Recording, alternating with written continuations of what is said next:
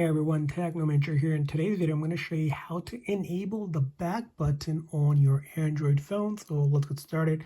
The very first thing, you're going to swipe up or simply find the Settings app. Now, once you find the Settings app, go to Display here. And in Display here, we're going to scroll down a little bit further to Navigation bar. And in the Navigation bar, all you're going to do is select buttons instead of swipe gesture. And as you can see here, the back button is now enabled and ready to use. So I can use that to go back.